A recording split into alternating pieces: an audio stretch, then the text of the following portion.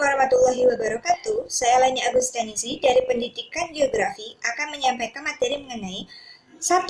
Patahan semongko Pulau Sumatera. Patahan semongko adalah bentuk geologi yang membentang di Pulau Sumatera dari utara ke selatan. Terbentuknya patahan semongko bermula sejak jutaan tahun lalu, saat lempeng Samudra Hindia Australia menabrak secara menyerong bagian barat Sumatera yang menjadi bagian dari lempeng benua Eurasia. Tabrakan menyerong ini memicu dua komponen gaya. Komponen pertama bersifat tegak lurus, menyeret ujung lempeng Hindia masuk ke bawah lempeng Sumatera. Batas kedua lempeng ini sampai kedalaman 40 km, umumnya mempunyai sifat regas dan di beberapa tempat terrekat erat. Suatu saat tekanan yang terhimpun tidak sanggup lagi ditahan hingga menghasilkan gempa bumi yang berpusat di sekitar zona penunjam atau zona subduksi.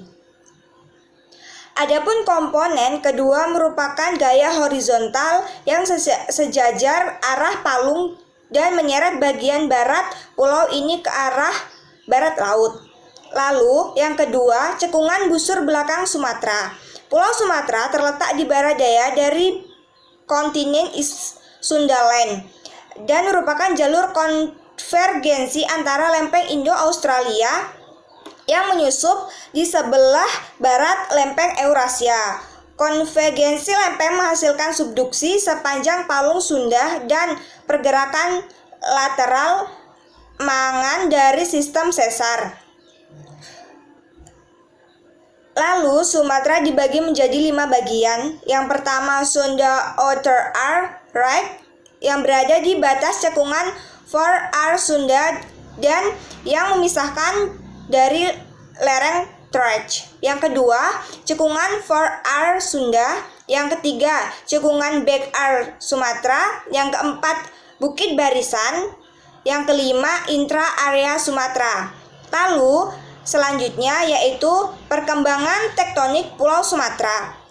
Pulau Sumatera dicirikan oleh 3 sistem tektonik berurutan dari barat ke timur adalah sebagai berikut. Zona subduksi oblique dengan sudut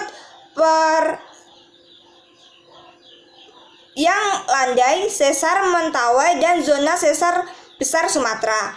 Zona subduksi di Pulau Sumatera yang sering sekali menimbulkan gempa tektonik memanjang membentang sampai ke Selat Sunda dan berlanjut hingga Selat Pulau Jawa. Subduksi ini mendesak lempeng Eurasia dari bawah Samudra Hindia ke arah barat di Sumatera dan frontal ke utara terhadap Pulau Jawa dengan kecepatan pergerakan yang bervariasi puluhan hingga ratusan tahun. Dua lempeng itu saling menekan. Namun, lempeng Indo-Australia dari selatan bergerak lebih aktif. Pergerakan yang hanya beberapa milimeter hingga beberapa sentimeter per tahun ini memang tidak terasa oleh manusia. Karena dorongan lempeng Indo-Australia terhadap bagian utara Sumatera kecepatannya hanya 5,2 cm per tahun. Sedangkan yang di bagian selatan kecepatannya 6 cm per tahun.